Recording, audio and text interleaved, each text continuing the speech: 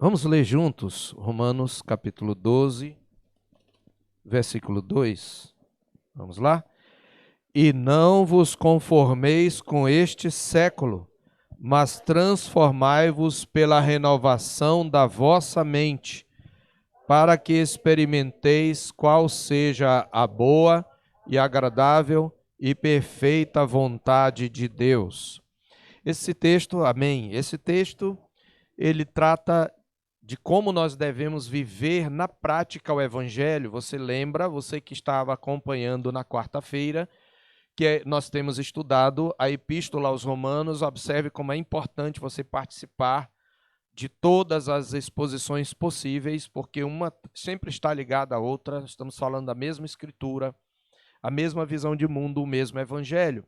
Então, neste sentido, nós vimos que Paulo, nessa epístola, ele expõe o Evangelho de Deus. É uma exposição sistemática, abrangente do Evangelho. Ele expõe do capítulo 1 até ao 11 o Evangelho, e a partir do capítulo 12 ele mostra como nós vivemos esse Evangelho, e ele então diz que, antes de tudo, a vida no Evangelho, a vida cristã, é um ato contínuo de culto a Deus, o culto da vida, um culto racional que consiste num sacrifício vivo, santo e agradável a Deus. Ele falou isso no verso 1. Uma vez que eu tenho uma vida agora que vai ser totalmente perante Deus, ou como os reformados gostam de falar, coram Deo, né? Em latim significa perante, né? Diante de Deus. Tudo que eu faço agora é para Deus, então a minha vida, onde quer que eu esteja, é sagrada. E ter essa vida totalmente agora consagrada a Deus, separada do mundo, eu devo então não me conformar com este século. Isto quer dizer, eu não devo me amoldar aos padrões deste mundo. E Paulo usa a expressão este século para destacar o contraste, a oposição entre o mundo presente, que é um mundo mau, que é um mundo onde habita o pecado, com o mundo vindouro, que é o novo céu e a nova terra, nos quais habita a justiça. Nós somos cidadãos desse mundo vindouro e nós então não devemos nos amoldar aos padrões do mundo, mas nós devemos ser transformados pela renovação da nossa mente. Aí há uma diferença entre conformar e transformar. Conformar traz a ideia de assumir um molde, apontando para aquilo que é mais aparente, mas que não tem substância real. E transformar traz a ideia de mudança de substância, mudança de natureza, mudança da essência.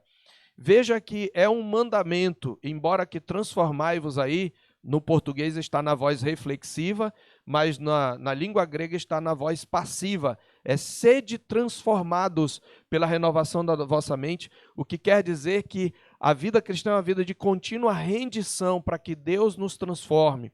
Mas eu quero chamar a atenção para esse texto, porque quando ele diz sede transformai-vos, ele aponta para uma ação que deve ser contínua na nossa vida. O crente é uma nova criatura, mas que nasceu e está crescendo, e ele não é uma obra acabada, ele só será uma obra acabada na vinda de Jesus, e até lá ele está em contínuo aperfeiçoamento. Veja, transformar, ou sede transformados, a palavra aí é a mesma que deu origem à nossa palavra metamorfose, sede transformados pela renovação. Essa ideia da renovação contínua da mente, ela é uma ideia muito presente nos escritos de Paulo. Você pode, por exemplo, perceber que lá em Efésios, no capítulo 4, ele vai dizer que nós não devemos mais andar como andam os gentios, e que andam na vaidade dos seus pensamentos, e depois de descrever o andar dos gentios, no capítulo 4 de Efésios, a partir do verso 20, em contraste com a vida vazia dos gentios, dos que não são cristãos, ele diz, mas não foi assim que aprendestes a Cristo, se é que de fato tendes ouvido e nele fostes instruídos, segundo é a verdade em Jesus, no sentido de que, quanto ao trato passado, vos despojeis do velho homem que se corrompe segundo as concupiscências do engano e vos renoveis no espírito do vosso entendimento. Renovação contínua.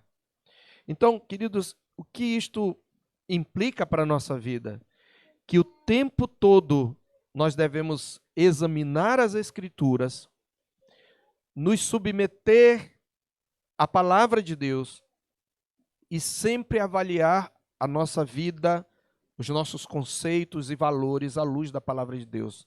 E como nós estamos em transformação, ao longo da nossa vida haverá mudanças. Se nós entendermos que a Bíblia é a palavra de Deus, isto significa então que quando nós somos confrontados pela palavra de Deus e nos achamos de alguma maneira tendo uma mentalidade distinta do que a palavra de Deus estabelece, do que o Evangelho estabelece, ou tendo atitudes distintas e até práticas distintas, mesmo no nível eclesiástico, nós devemos corrigir. Então, a igreja, um dos lemas dos reformadores que a igreja reformada está sempre se reformando. É contínuo. Então, é possível, por exemplo, que na nossa vivência de igreja, nós tenhamos práticas, às vezes até mesmo litúrgicas, que depois nós vamos descobrir, à medida que nos aproximamos ou nos aprofundamos da palavra, que não são tão bíblicas, não estão tão de acordo. E aí o que nós temos que fazer? Por mais que sejam antigas, nós precisamos reformulá-las, mudar, certo? Mudar à luz das Escrituras. Então, eu estou aqui citando isto de maneira genérica, que é o que me consta, as nossas práticas litúrgicas estão seguindo na esteira do que a Escritura diz. Mesmo assim, nós estamos sempre nos reformando.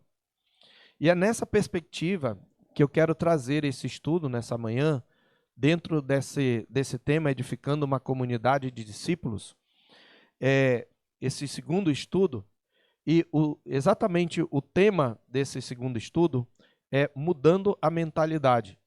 Mudando a mentalidade, né? Esse seria o nosso tema dessa manhã. Você deve ter percebido, se não eu quero apercebê-lo, de que ontem nós tivemos 2 sermões, né, 2 exposições bíblicas e um estudo. E esses sermões e esse estudo, ele tinha por objetivo estabelecer o fundamento dessa mudança de mentalidade. Nós raciocinamos bastante sobre o que é ser igreja, sobre a igreja como uma comunidade de discípulos, sobre o crente como um despenseiro do mistério do Evangelho, sobre o fazer discípulos como a essência da nossa missão, e eu espero que tenha ficado claro para você. Então agora nós vamos avançar um pouco mais para a questão de aplicação daquilo que nós aprendemos e desses princípios que nós vimos no primeiro dia. Então, a partir desses princípios, nós devemos, então, rever a forma como nós temos vivenciado o ser igreja e verificar de que maneira nós podemos mudar a mentalidade para adequar a nossa vida de igreja, nossa vida de comunidade às Escrituras. E dentro desse tema eu quero relembrar o que nós falamos ontem. Como era o sermão ontem, eu não projetei. Não que não possa projetar o sermão, mas eu preferi não projetar, né? E eu queria trazer, então, alguns princípios que nós trouxemos ontem. Então, não estava projetado, mas você vai ver aqui na projeção, certo? Bom, nós aprendemos aí, pelo menos, se eu não estou enganado, 4 princípios. Vamos ver ao longo, né? E eu falei isso ontem. Na verdade, eu coloquei aqui 5, porque o segundo, ele era um subponto, mas ele hoje virou ponto, né? Sempre que eu remexo na mensagem, sempre mexe alguma coisa. Ontem nós aprendemos, com base na exposição de Colossenses, no capítulo 1, a partir do 24 até o final desse capítulo, que Cristo, que habita em nós, por meio do seu Espírito, ele precisa ser anunciado às pessoas. Esse grande mistério, Cristo em vós, a esperança da glória, não é uma bênção, não é uma riqueza para nós guardarmos conosco mesmo, mas nós precisamos compartilhá-lo com outras pessoas. E aí um ponto que eu não falei ontem é que este trabalho de compartilhar Cristo com as pessoas, com os de fora por meio da pregação do Evangelho, com os de dentro por meio da instrução e do aconselhamento na palavra, aplicando esse Evangelho. Este é o trabalho de videira. E a gente vai entender um pouco sobre isso. A gente já falou ontem, nós terminamos ontem falando um pouco sobre treliça e videira. Mas esse é o trabalho de videira. Resumindo, é dever de todo cristão, de cada cristão, de todas as idades, de todas as fases do crescimento espiritual. É dever de todos anunciar publicamente, aconselhar abundantemente e ensinar exaustivamente, o qual nós anunciamos, advertindo a todo homem e ensinando a todo homem até apresentar todo homem perfeito em Cristo. Então, como servos do Evangelho, nós todos precisamos aproveitar, desse modo, todas as oportunidades para encorajar a todos a quem Deus nos enviar a crer no Evangelho. Todos nós. Uma dica para quem está anotando, o que está em negrito é mais importante. Se você consegue anotar o que está em negrito, está ótimo. Então, Cristo que habita por meio do seu Espírito precisa ser anunciado, e esse é um trabalho de videira, ok? Precisamos, então, ter isto em mente. Como servos do Evangelho, nós precisamos encorajar a todos a quem Deus nos enviar, para que creia no Evangelho ou continue crendo de maneira crescente e profunda no Evangelho de Deus. Prossigamos. Um terceiro princípio que aprendemos é que o trabalho de fazer discípulos não termina na conversão. Certo? Esse trabalho, para apresentar todo homem perfeito, e perfeito aqui não é no sentido de que não peca mais. Ontem o nosso irmão Anderson muito bem me lembrou, né? Não era esse o foco, mas foi importante a observação dele, que eu mencionei John Wesley, né, que se converteu, e na verdade ele já era um convertido, mas buscou uma experiência de santificação e mais profunda com Deus, de certeza da salvação, a partir do convívio dele com os moravianos, numa viagem que ele fez.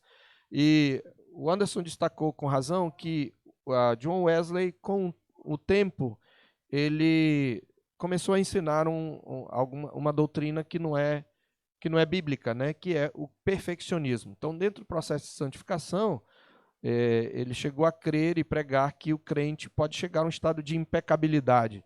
Não é que ele não peque, mas ele não peca mais voluntariamente. Não tem base bíblica, nós não estamos aqui para tratar disso, mas é só para colocar isso daí. Nós não estamos falando, quando falamos de homem perfeito, de impecabilidade, mas de uma vida de santidade substancial, de tal maneira que a nossa vida seja marcada pela obediência e que a desobediência seja um acidente de percurso, seja de fato pontual e nós nos vejamos progredindo, né?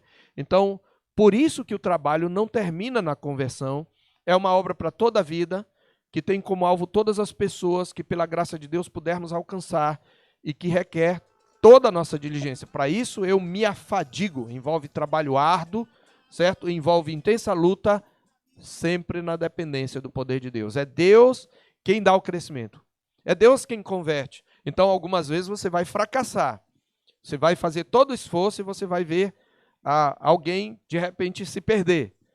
Mas você vai perceber que Deus vai te usar e a colheita será mais abundante no final do que as perdas. Só que você só vai ver todo o brilho dessa colheita na vinda de Jesus. Tá? Vimos em quarto lugar que o trabalho de fazer discípulos, que envolve anunciar aos não cristãos, ensinar e admoestar os irmãos, é uma tarefa de todo crente. De novo, o princípio que vale a pena notar é: o trabalho de fazer discípulos é uma tarefa de todo crente. É uma tarefa para toda a vida e é uma tarefa de todo crente. Então, por último, nós vimos que o trabalho de fazer discípulos é realizado principalmente nas situações informais do dia a dia. Então, aquilo que nós estamos fazendo aqui inclui fazer discípulos, sim, mas o que eu estou fazendo é um treinamento. Eu estou equipando os santos, pela graça de Deus que me foi dada, para que vocês desempenhem o seu serviço. Mas esse serviço vai ser no dia a dia. E aí eu queria que você imaginasse que cada um tem um papel, que você não pense realmente. E entendo o que eu vou falar. Eu tenho que me envolver mais com a SAF, com a mocidade, com a UPH, com a UPA. Tá certo, se você não se envolve, sim, você precisa se envolver. Mas você precisa saber distinguir o que é fazer discípulos ao se envolver. Porque quando você fala de sociedades internas, você está falando da estrutura. Ontem eu fiz uma pergunta, né? E a nossa irmã Kátia falou, a SAF é treliça e videira. Porque quando ela pensa em SAF, não está de todo errado a resposta dela. Porque quando ela pensa em SAF, ela não pensa na sociedade em si, mas ela pensa nas pessoas. As pessoas são de fato videira, mas eu estava falando da estrutura, certo? E isso vale para o PH, para a UPA, para o CP, que eu espero que um dia tenha. Isso também nos irmana com toda a comunidade presbiteriana no Brasil. Isso é importante, são forças de integração. Mas nós precisamos pensar fora da caixa. E é nesse sentido, então, que eu quero compartilhar dentro dessa mudança de mentalidade e dentro dos princípios que nós vimos, eu quero compartilhar, então, um resumo desse livro, A Treliça e a Videira. Eu quero que você... O que eu vou falar agora está tudo nesse livro. Vai ter alguma outra palavra que eu coloquei com minhas palavras, mas a maior parte são trechos desse livro. A Treliça e a Videira, a mentalidade de discipulado que muda tudo. Certo? Este são notas desse livro. E doravante nós vamos examinar alguns pontos e alguns capítulos e alguns trechos desse livro, A Treliça e a Videira. É de Colin Marshall e Tony Payne, é da editora Fiel. É um livro muito interessante, ele já tem um segundo livro, Projeto Videira, porque esses autores eles trabalham com treinamento de liderança. Mas eles têm um diferencial porque eles não trabalham com treinamento de liderança naquela mentalidade comum do movimento, por exemplo, de crescimento de igrejas. Eles têm uma visão bem mais bíblica do que seria o trabalho. E por que a ideia de treliça e de videira? O autor começa o livro falando de uma experiência em que ele viu uma videira que estava tão grande que escondia a treliça. E num outro lugar, ao que parece na mesma paisagem, ele viu uma treliça sem nenhuma planta, né? E a treliça era muito bonitinha, mas não tinha planta lá, ou seja, não tinha vida. E aí ele começou a pensar nisso como o trabalho de igreja. E qual é o ponto do autor? É isso que eu gostaria de, então, trabalhar com alguns princípios que ele mostra. O primeiro deles é que ele diz é que as igrejas, elas são uma mistura de treliça e videira, certo? Na figura, na coisa literal, a treliça é a armação que sustenta a videira, que é uma trepadeira, certo? E a igreja ela é uma mistura de treliça e videira. Isso aqui é muito interessante porque existem pessoas, por exemplo, que têm abominado e demonizado a igreja como instituição. Isso não, igreja não é isso, não é um prédio. Tá certo. Mas só que elas de tal maneira negam a instituição que a videira fica sem treliça. Então elas dizem, não, eu não preciso de um lugar para me congregar, eu posso assistir mensagens em casa, eu posso cultuar em casa, tomar minha ceia em casa, e tem até alguns casos que dizem eu posso me batizar em casa, né? Então, aí ele nega totalmente a instituição, ele diz que a instituição está totalmente contaminada, e aí eu vou começar alguma coisa, se você começar qualquer coisa, vai ter uma treliça, não tem como não ter. Então, ele reconhece que as igrejas são uma mistura de treliça e videira. Vamos entender isso melhor. O que é que acontece? A treliça envolve a estrutura e a infraestrutura da igreja para se obter, para se nutrir e manter a membresia. Então, o que é a estrutura? No caso, a instituição. Por exemplo, as sociedades internas, elas fazem parte da estrutura e da infraestrutura para que a gente possa funcionar como igreja.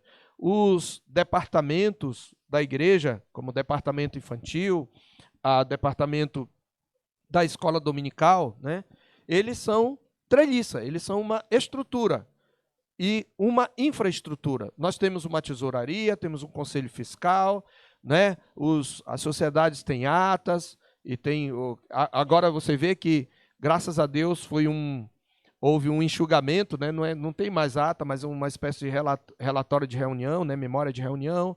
Então, a treliça, ela envolve essa estrutura. E a videira é a própria membresia. São as pessoas ganhas, capacitadas e nutridas em Cristo Jesus. Então, nós aqui somos videira. Mas, por exemplo, nós costumamos usar o retiro para fazer uma conferência. Para mim, eu considero o retiro uma conferência. E é a maior conferência do ano, porque nós temos 5 estudos e 2 sermões. É uma completa conferência. Ok? Pois bem, a videira é, portanto, a membresia. São as pessoas capacitadas, nutridas em Cristo. E nós precisamos ter esse princípio e estabelecer essa distinção e tê-las em mente, ok? Pois bem, todas as igrejas, dizem os autores, elas têm algum tipo de treliça, toda igreja. Tem uma igreja aí que resolveu, não, nós não vamos ter igreja, não vamos ter templo. Tem uma igreja dos sem igreja, eles se reúnem, não tem templo. Mas se você sentar com eles, onde eles sentam, no ginásio, onde eles vão, você vai ver uma estrutura, não tem jeito. Porque essa estrutura é que dá forma e apoio para a obra. É como aquela armação que sustenta a videira, certo? Então, esse é um ponto, eles reconhecem que a instituição é importante. E à medida que o ministério cresce, a treliça também vai precisar de atenção. Ela precisa de uma gerência, ela precisa de finanças, para funcionar tem que ter dinheiro, para ter dinheiro tem que ter alguém que cuide, para que haja lisura tem que ter um conselho fiscal, ela precisa ter uma organização, ela precisa ter governança.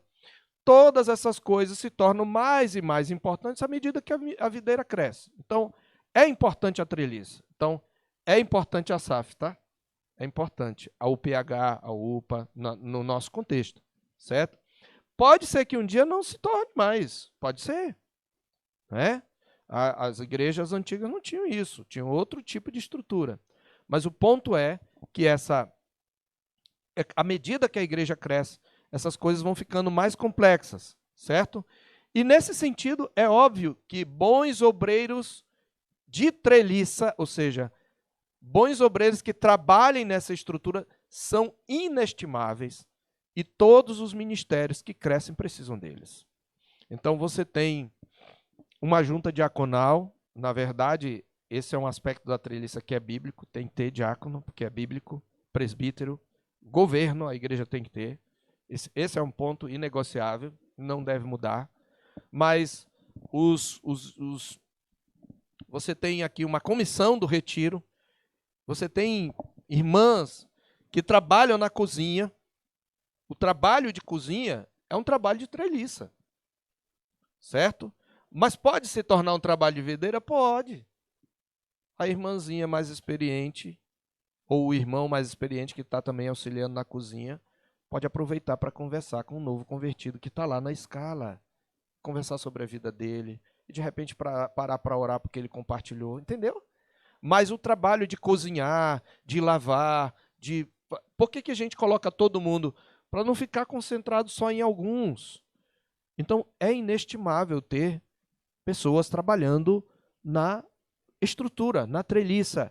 E, nesse sentido, você, crente, tem que se colocar como voluntário para ajudar, certo?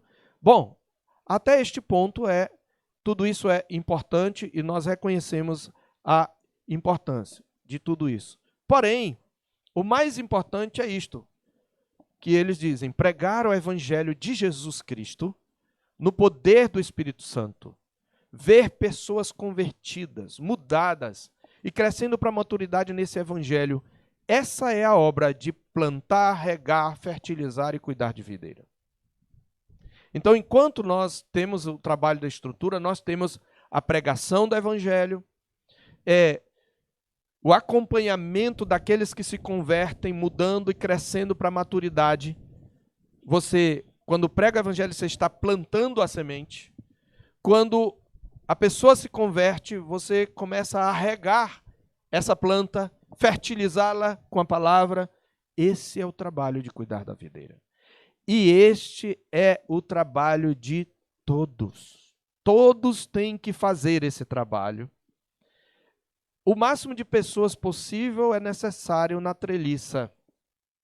Mas para a videira é necessário o trabalho de todos, sem nenhuma exceção. Sem nenhuma exceção. Daqueles que são crentes. Ok? Então, este é o ponto para nós entendermos e termos uma mudança de mentalidade. Certo? Vamos mudar aqui. Quando, porém, agora vai ficar um pouquinho mais longo os textos, então não vai dar para você anotar tudo. Eu quero que você entenda a ideia.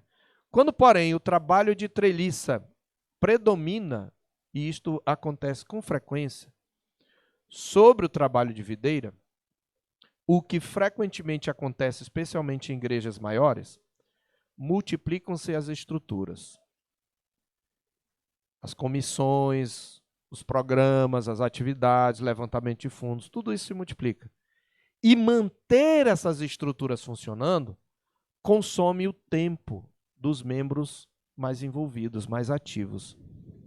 Enquanto a obra atual de fazer a videira crescer recai sobre poucos. Pastores, presbíteros, evangelistas. E este é o ponto. Nossa igreja, pela graça de Deus, de maneira natural, tem crescido pela graça do Senhor Deus. Não sabemos até onde necessariamente ela vai crescer em termos de números de membros, mas à medida que ela crescer, vai ser necessária uma estrutura mais complexa para manter funcionando. E a gente, muitas vezes, sem perceber, para manter funcionando, a gente vai consumir o tempo de membros ativos que normalmente são os que fazem os mesmos trabalhos e mais de um trabalho, e normalmente ficam sobrecarregados. E essas pessoas poderiam ser mais utilizadas ainda no trabalho de fazer a videira crescer.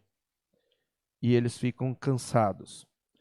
Talvez, dizem os autores, o único tempo real de crescimento, nesse caso, seja no culto regular de domingo, ocupado somente pelo pastor ao pregar seu sermão. Aí é que você vê uma igreja com uma grande estrutura, às vezes inchada, porém sem real crescimento no evangelho. Você tem ali muitas pessoas que não são de fato convertidas, outras muitas imaturas, e a igreja é gigante, mas, ao que parece, o evangelho não cresceu adequadamente. Ela tem uma estrutura imponente, impressionante, mas aqueles que estão trabalhando, eles se envolvem mais no trabalho de treliça. Eles concluem que essa situação, ela produz, que essa situação, ela produz uma videira cansada. Quando você começa a se concentrar demais no trabalho da treliça, a videira fica cansada. E ele usa a figura dizendo as folhas ficam menos verdes, as flores menos abundantes, e já faz algum tempo que não se vê em novos brotos ou novos convertidos, né?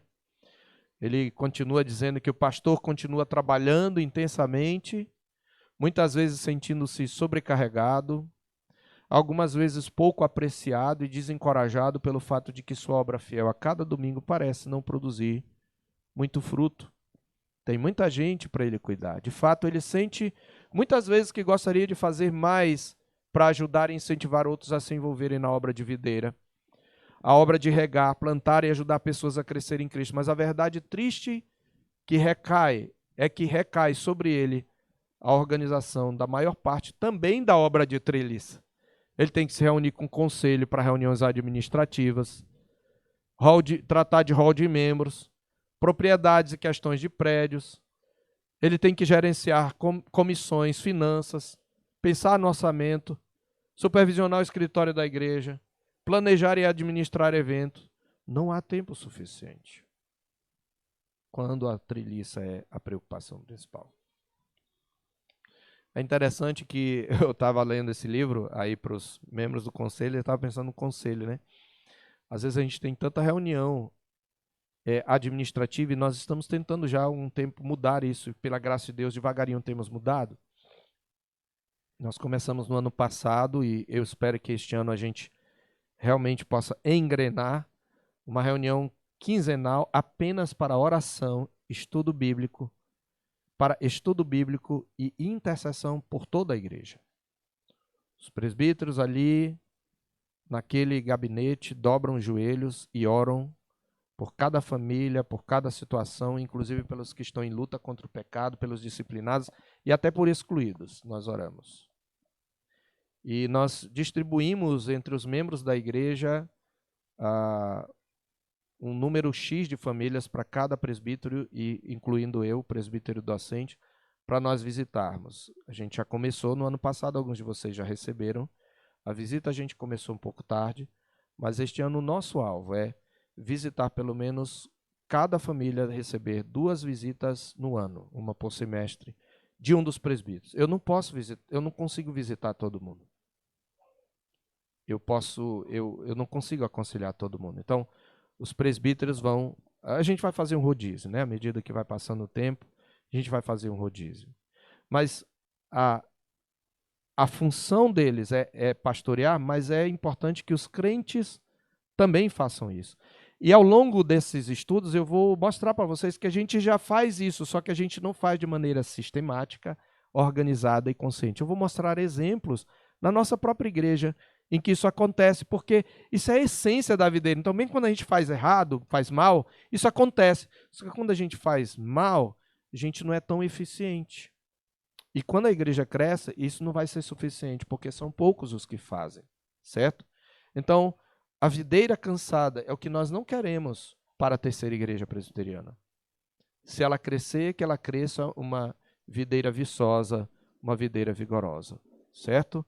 Bom, há uma pergunta que os autores fazem: por que a obra de treliça frequentemente predomina sobre a obra de videira? Porque as igrejas tendem a se concentrar mais na estrutura do que nas pessoas. Aí você vai ver que o que está em negrito é o que é importante você anotar. Ou você pode tirar foto, tá? A primeira razão que eles colocam é que a obra de treliça é mais fácil e menos pessoalmente ameaçadora. Embora canse a gente, e no final das contas a gente acaba se sentindo tanto extenuado, ou de um modo extenuado, ou do outro modo satisfeito com algo que não é exatamente o trabalho de videira, satisfazendo mais o ego. O trabalho de videira é mais ameaçador. Veja, ele faz uma pergunta, porque a obra de videira, primeiro, ela é pessoal.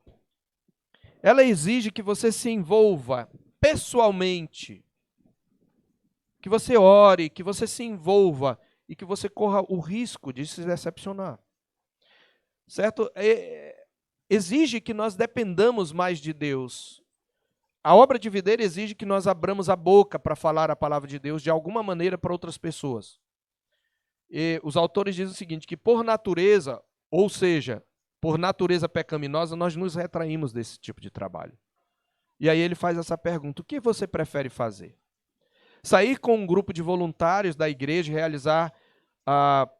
e realizar alguns serviços de limpeza, tem o que aí, mas não tinha esse que.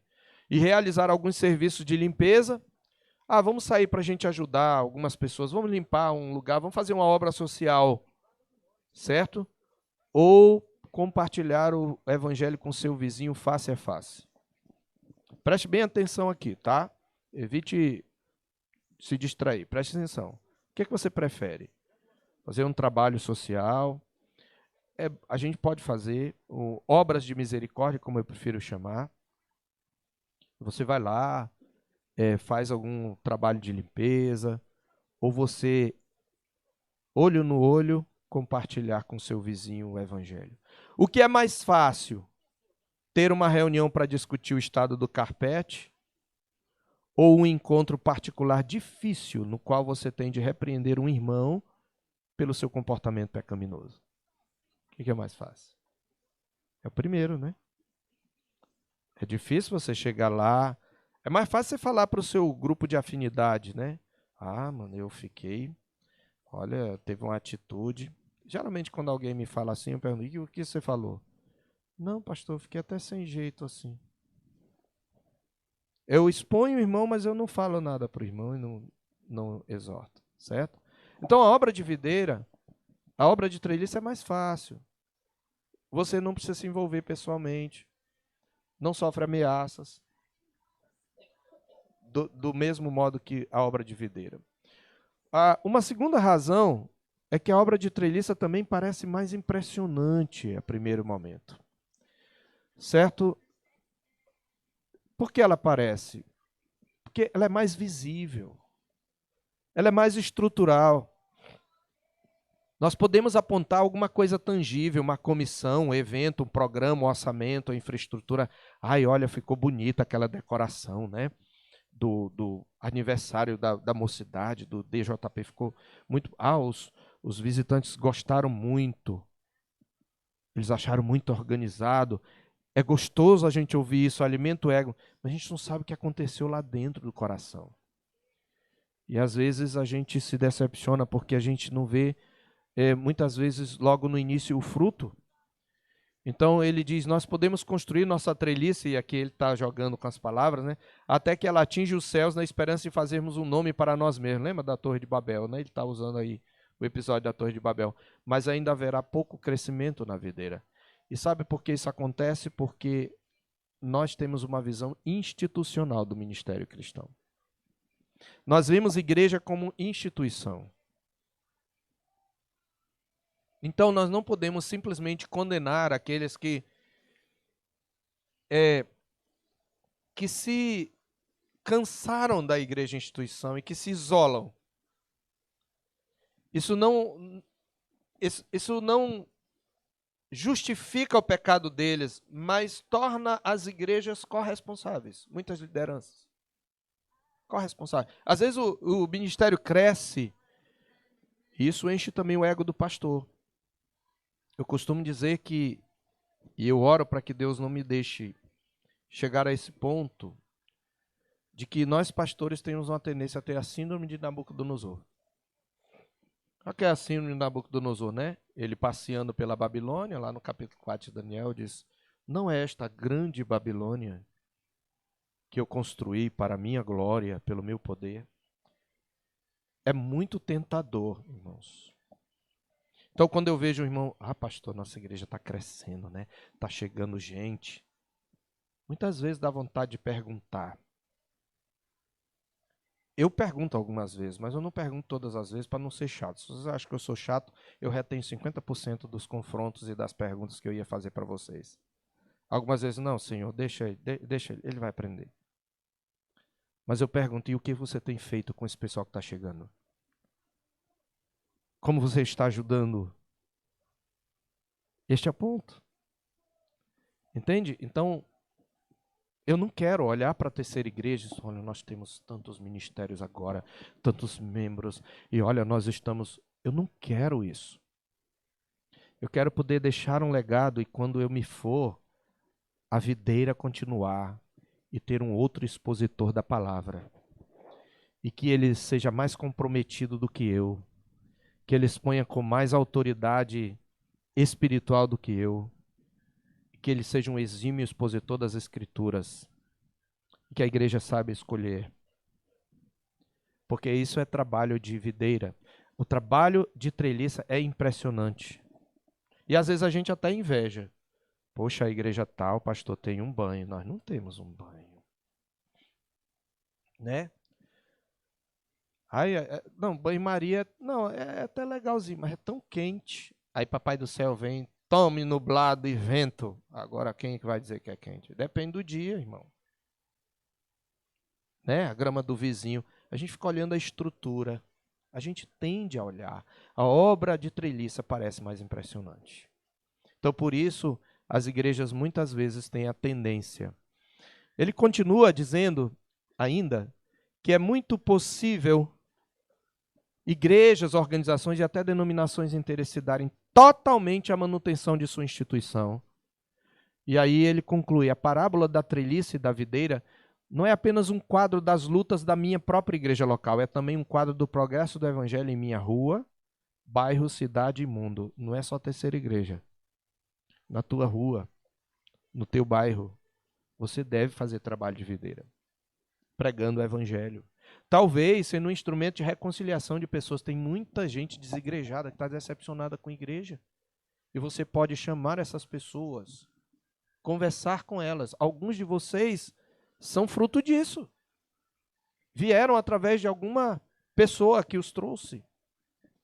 Então ele diz, a obra de videira, na verdade, é algo simples. É fazer e nutrir verdadeiros discípulos de Cristo. Ou seja, nessa obra essencial tem foco, nossa obra essencial tem foco no crescimento da videira e não apenas da treliça. O autor ele usa uma ilustração, porque ele trabalha com treinamento de liderança. Ele diz assim: eu conheço uma igreja que tem 23 organizações e estruturas diferentes, que funcionam semanalmente e todas elas são listadas no boletim semanal. Todas essas atividades diferentes começaram em algum momento do passado como boas ideias para o crescimento da igreja e resultam certamente em muitas pessoas circulando pelo edifício da igreja durante a semana para fazerem muitas coisas. Todavia, quanto trabalho de videira real está acontecendo? Ele pergunta. Quantas pessoas estão ouvindo a palavra de Deus e pelo poder de seu espírito crescendo em conhecimento e piedade? Ele está falando de uma igreja que ele conhece. Ele diz, nesta igreja específica, a resposta é bem poucas. E ele conclui, independentemente da razão, não há dúvida de que, em muitas igrejas, manter e aprimorar a treliça predomina constantemente sobre o cuidar da igreja. Fazemos reuniões, mantemos prédios, nos reunimos em comissões, designamos os empregados, supervisionamos o trabalho deles, cuidamos da administração, levantamos fundo e geralmente cumprimos as exigências que nossa denominação deseja que cumpramos. Mas isso muitas vezes pode nos levar a abandonar o trabalho de videira. E, irmãos, entendam, a organização é importante e quanto mais estiverem envolvidos nela, melhor. Mas às vezes a gente tem que criar a organização em função das pessoas e não as pessoas em função da organização. Esse é o ponto. E se uma estrutura não está mais servindo para esse trabalho de nutrir, veja, o tempo todo ele diz pelo poder do Espírito, não é algo que assim eu vou forçar a conversão, não é isso. Mas é pelo poder do Espírito. O ministério tem que ser formado em torno dessas pessoas que vêm. Prossigamos. Eu quero então... Bom, eu praticamente terminei o que tinha para expor hoje sobre essa questão do trabalho de videira. Eu espero que vocês entendam. Mas eu quero trazer aqui algumas aplicações e também abrir para perguntas. E eu peguei um trecho em que o autor ele cita, à guisa de ilustração, vários exemplos de como você faz o trabalho de videira numa igreja. E eu troquei um pouco algumas coisas, eu fiz uma adaptação.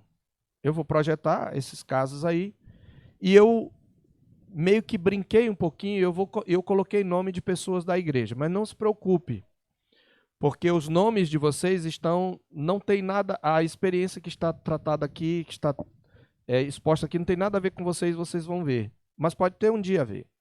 Mas eu coloquei o nome de vocês para vocês se sentirem na coisa e vocês entenderem o que é o trabalho de fazer discípulos, de quantas maneiras nós podemos fazer e como nós podemos estar envolvidos, certo? No dia a dia, nas situações informais. Pois bem, primeiro caso, são exemplos de trabalho de videira. Veja como é mais simples do que pode imaginar. Agora, simples não quer dizer fácil. Tem decepção, tem choro, certo? Tem, às vezes, mágoa, trabalhar com pessoa não é fácil. Você tem que estar disposto, preparado para se decepcionar. Mas eu digo para vocês, vale a pena. E às vezes alguém que te decepcionou, depois de anos, você vê o fruto. A pessoa vindo até você e agradecendo. Certo? Então, primeiro caso. O filho adolescente de Letícia. Já. Eu quero que a mamãe... Eu disse que ia mexer com vocês. Veja bem, vamos nos concentrar aqui. O filho adolescente de Letícia está tendo problemas concretos no ensino médio. E quando conversam à noite, ela lhe assegura que Deus é mais forte e mais fiel do que qualquer amigo e ora com o seu filho. Letícia está envolvida, ela é presidente da SAF. Eu estou acrescentando aqui porque está vindo na minha cabeça, eu vou aproveitar, tá? Deixa a criatividade rolar. Letícia é presidente da SAF. E ela está sempre muito envolvida. Nunca falta.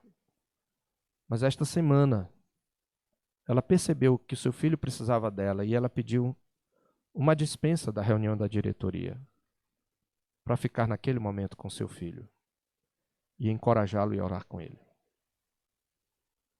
Entendeu a diferença? Vamos mais para frente que tem mais membro para a gente pensar aqui e para o papai ficar doido. João Lucas está conversando com Filipe após o culto. E lhe diz como foi encorajado por um versículo específico das Escrituras naquele dia.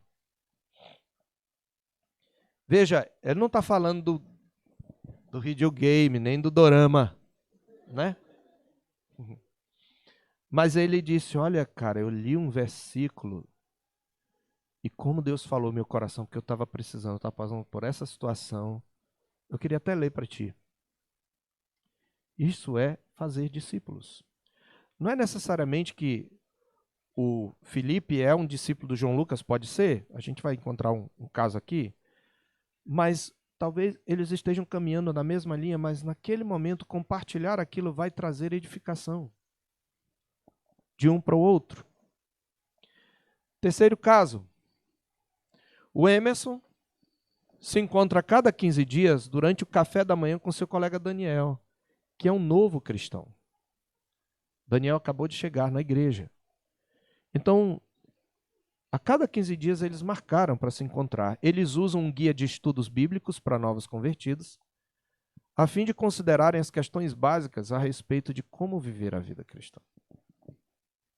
Então você tem um novo convertido e você encosta nele e diz, e aí, tudo bem? Tudo bem.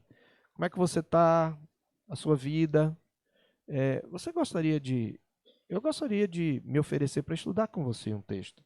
Você vai até o pastor vai dar para você com toda alegria um livro, para que você, ou mesmo uma apostila, né, Tamires? Quanto tempo? Quanto tempo você fez aquele discipulado? 2011. Sumiu, não foi para o mundo, foi para uma outra igreja, foi para outra cidade e voltou. Quem fez? Cleidiane. Então, veja como você pode fazer o trabalho de videira. Eu nem estou falando de estrutura. Ah, pastor, mas e... mas tem a departamental da SAF. Beleza. Olha, 8 horas. Que tal a gente se encontrar no mesmo lugar às 7? E a gente ler junto, estudar? Certo? Então, esse é um outro caso. Um quarto caso. Valdenice está preocupada com sua amiga Kátia, que luta com ansiedade e tem faltado à igreja. Valdenice escreve uma mensagem no WhatsApp, uma mensagem no WhatsApp da sua amiga, oferecendo encorajamento, citando alguns versículos bíblicos e se oferecendo para orarem juntas. Quando pode fazer isso? pode fazer na departamental, podem se encontrar 15 minutos antes do culto. Vamos para a igreja 6h15? E aí a gente ora junto lá. É tão simples. Não precisa falar nada. É só orar com alguém. Às vezes, só precisa ouvir. Não é que você tem que estar satisfeito com isso. Você tem que estar preparado para explicar o evangelho. Tem que se aprofundar. Não pode ficar... Você é discípulo, você tem que crescer. Mas às vezes, só precisa isso. Quando eu fiz curso de capelania lá em São Paulo, ela estava internada, e eu orei dizendo: Senhor, eu vim aqui para que minha esposa seja tratada, mas eu creio que eu vim aqui também para abençoar. Me mostra onde eu posso pastorear nesse período que eu estou esperando minha esposa. Deus me deu a oportunidade de fazer visitas no Hospital das Clínicas. E eu me lembro que uma vez, eu ia de manhã e de tarde e almoçava lá, no Emílio Ribas. A gente colocava o jaleco, porque na época a capelania era reconhecida. Depois fechou lá por perseguição. Mas ainda tem gente trabalhando, mas tinha na época um escritório.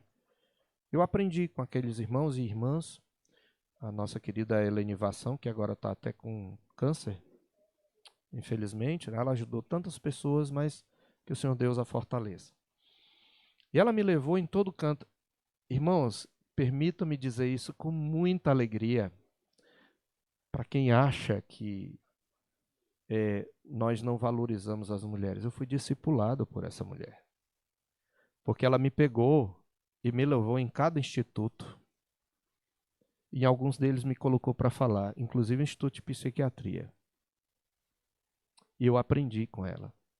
Uma irmã que foi uma mestra para mim, uma Priscila para mim. E eu queria só falar de uma das muitas experiências. Eu estava na porta do hospital e uma pessoa, eu nem lembro mais, era uma mulher, mas eu não lembro mais do rosto dela e não lembro mais tudo que ela me pediu. Eu só lembro de uma coisa, então eu vou mais ou menos recriar a história aqui. Ela disse: olha, você não sabe onde fica tal lugar? Eu falei: olha, eu não sei bem, mas eu acho que alguém pode. Não, porque... Aí ela começou a contar toda a história dela e os problemas dela. Tem aquela pessoa que vai para a fila, vai para o hospital e te conta tudo da vida dela. Contou, eu falei: entendo. E eu fiquei só ouvindo. Depois ela parou assim, e eu já me armando, né, para pregar o evangelho, falar alguma coisa, mas na hora que ela terminou de falar, ela me abraçou e disse: ai, muito obrigado porque você me ouviu. Eu estou muito mais aliviada. Muito obrigado, moço. Muito obrigado. Você não sabe como foi bom. Tchau. Foi embora.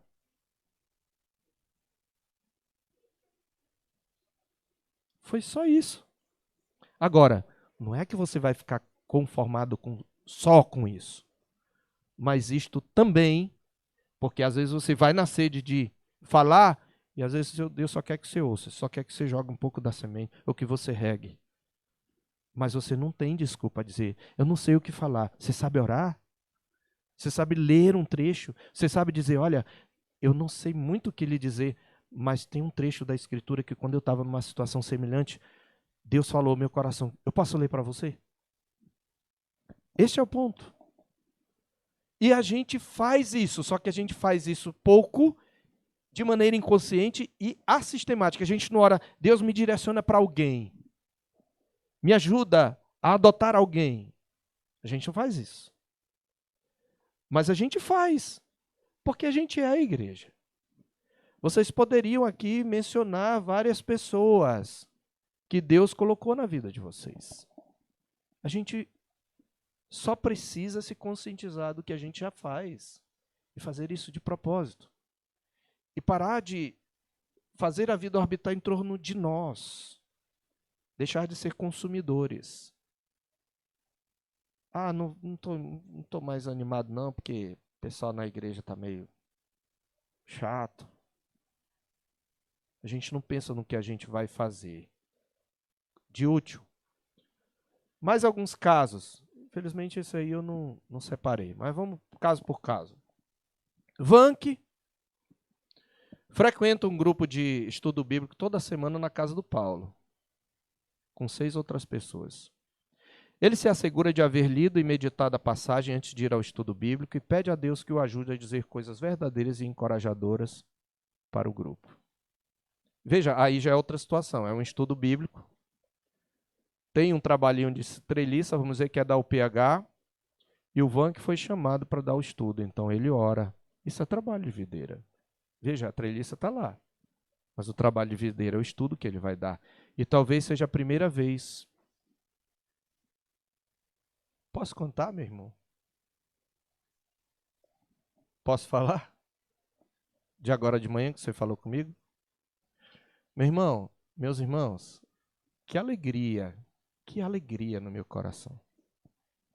Quando esse troglodita, esse que dá o aviso das rádios de perdidos, que esconde um coração de manteiga, chegou agora para mim porque ele foi chamado para dar a meditação. Eu tenho observado que ele tem estudado a palavra. E ele chegou com lágrima nos olhos. Com lágrima nos olhos. Pastor, eu quero lhe agradecer pela oportunidade. Eu mal consegui dormir e acordei cedo, feito um menino, porque eu queria fazer isso. Isso é trabalho de videira. Entendeu? Então, é a oportunidade que você dá para alguém que já queria compartilhar. E eu sei que tem irmãos que fazem. Eu recebi hoje de manhã 2 estudos. Eu vou olhar com carinho. Do irmão Anderson. Pastor, eu preparei 2 estudos aqui. Eu vou olhar. Vou dar as opiniões. E espero que ele ministre isso. Num grupo pequeno. Ou talvez para toda a igreja, não sabemos. Ou para alguém. Não importa. Isso é trabalho de videira, eu não posso fazer tudo. Mas isso me alegra. Viu, meu filho? Me alegra. E que todos tenham isso. Alguns de um modo, outros de outro. Kimberly, não está aqui, né? Mas ela é um pouco idosa, a Kimberly, ela já está velhinha. E ela acha difícil sair. O joelhinho dela aqui, desde a adolescência, já era meio troncho, né? Não permite, mas ela telefona para sua amiga Esther. Toda segunda-feira. Toda segunda-feira, fala com ela sobre a passagem bíblica que leu naquela manhã e ora com ela ao telefone. Não pode sair muito da igreja, né? Por causa da idade, mas ela todo dia liga e ora ao telefone. Fernanda. A Fernanda tem orado meses por sua amiga Júlia. Júlia não é crente. E a Fernanda liga para sua amiga Júlia e finalmente cria coragem, que ela tinha orado muito tempo. E quando a gente ora, Deus dá coragem e a convida para uma reunião evangelística que sua igreja está realizando. Enquanto voltam de carro para casa, a Fernanda fala com a Júlia sobre a mensagem, faz o seu melhor para responder as perguntas da Júlia. O que acontece às vezes quando a gente convida alguém? A pessoa diz, eu gostei tanto, o louvor é tão bom, olha essa pregação maravilhosa, olha, eu me senti tão bem. Aí várias pessoas correm, pastor fulano gostou muito, ele achou maravilhoso a igreja. Irmãos, deixa eu dizer uma coisa para vocês, eu não falo sempre, mas eu digo, o que será que ele fez com essa reação? Ele provocou mais ainda? Ele perguntou, que parte da mensagem mais falou ao seu coração? Ele avançou perguntando, e como está a sua vida em relação a Deus? Se eu não fiz isso, eu só alimentei meu ego. Somente isso. Este é o ponto. Eu chamo, eu converso depois sobre aquilo. Mas o que é que a gente faz, queridos? Às vezes a gente termina o culto, a reunião, a gente vai se reunir com um grupo de afinidade. Os irmãos sabem que eu não sou contra ter grupos de afinidade seria hipocrisia. Todos nós temos os melhores amigos e sempre vamos ter, em qualquer lugar. Jesus tinha discípulos que estavam mais próximos dele. É normal, até tem um que disse que era o discípulo que Jesus amava. Não quer dizer que ele amava mais do que... Não quer dizer que ele não amava os outros, mas ele era mais próximo. Mas o problema é quando nós nos limitamos a esse grupo, porque nós queremos conforto, então a gente logo se... É por isso que eu estou toda hora, depois de um café, dizendo, vá lá, convisa. Pastor, já fui, já dei boas-vindas. Não, não é só isso. É sentar, perguntar sobre a vida dele, sobre a vida dela, perguntar sobre a mensagem, orar com a pessoa, perguntar se ela não gostaria de uma visita. Algumas pessoas, e eu preciso trazer isso aqui, porque como a gente está falando dessa questão de... veja, algumas pessoas já... Poucas pessoas, pastor, acho que o cafezão não está dando mais certo não, porque só um pouco de gente leva e às vezes não está sobrando para quem chega. Mas não é para isso. O café é para a gente ter esse momento com os visitantes e com crentes. Experimente começar a conversar com pessoas. Deixa o grupo de afinidade. O grupo de afinidade se reúne até fora da igreja. Depois, às vezes, você sai para comer, porque o café não sobrou. Ou fica mais tempo lá na igreja. Mas deixa esse grupo por enquanto. Esquece esse grupo. Vai com alguém que você não foi. Pega um visitante. Pega alguém que chegou agora. Conversa com aquela pessoa. Ou conversa com várias. Mas deixa esse grupo porque você está toda hora com ele. Não tem problema. Deixa ele por um momento. E vai com alguém que precisa. E fala daquilo que foi falado no culto. Fala dos cânticos. Ora com ele. Faz isto. Isso é trabalho de videira. Então, por isso, eu falei com o conselho. E o conselho concordou comigo. Não vamos tirar o cafezão. Se tiver só café e bolacha, a gente vai lá para trás. E conversa. Janta em casa. Agora, vamos contribuir, né? Não custa. Faz uma coisinha ali durante o dia e tem esse tempo. É o dia do Senhor, não tem por que você ir apressado para cá. Para quê? Para você assistir televisão, passar o resto do dia do Senhor assistindo TV, vendo coisa na internet, vendo filme, vendo dorama. Agora eu vou mexer com dorama. Né? Vendo... Não, é dia do Senhor, queridos. Então, quando termina o culto, continua o dia do Senhor. É um dia para você ficar pensando. Eu posso conversar amenidades depois? Posso, mas é isso que vai dominar a minha conversa? Não. E isso independe de idade. Podem ser adolescentes a falar sobre isso. Quer ver uma coisa que eu queria incentivar aí os tocadores a gente a fazer? Tocadores. Eu fazia muito isso na mocidade, Maísa, mas eu quase não vejo na nossa igreja. Depois do culto, leva o violão lá para trás, o outro irmão leva o outro no carro, faz uma rodinha, começa a cantar cântico. Se reúne e canta cântico. Fazia isso direto na igreja. Às vezes a gente ia para outro lugar e cantava. E jovens se aproximavam e a gente até aproveitava para evangelizar. Então você está numa roda lá, você começa a cantar louvores. Que tal fazer isso? Eu não quero que a gente crie um clima de falsa piedade, não é isso. Vai ter brincadeira, vai ter bagunça, vai ter o bullying da terceira igreja, isso não pode faltar. Mas a gente pode também, vamos dizer assim, aperfeiçoar nosso trato, nosso trabalho. Último, na igreja de Heidegler, eles separam alguns minutos da reunião de casais para que um casal dê testemunho ou apresente uma palavra de encorajamento para os demais. Nessa reunião é a vez dele e de Aline, sua esposa. Eles contam como o ensino de Efésios 5 transformou o seu casamento. Veja, não é um estudo. Eles vão só compartilhar.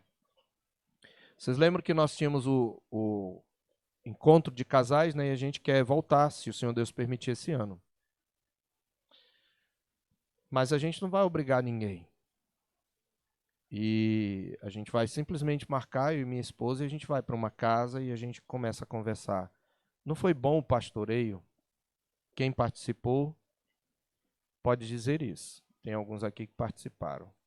E tinha um momento que depois do estudo, alguém podia expor alguma questão aplicando à sua vida e os outros casais falavam e como isso foi positivo para a vida dos casais. Certo? Bom, eu concluo com as palavras de Jonas Madureira. Pastor Jonas Madureira é um pastor batista que ele escreve nesse livro, né? Como tem vários pastores recomendando o livro, e ele comenta, e eu concluo com isto: que haja treliça, mas que ela desapareça por conta da videira carregada de bons frutos. Quando a videira é viçosa, você não vê a treliça. Afinal, a treliça é necessária, mas a vida você somente a encontrará na videira. Você somente encontrará na videira.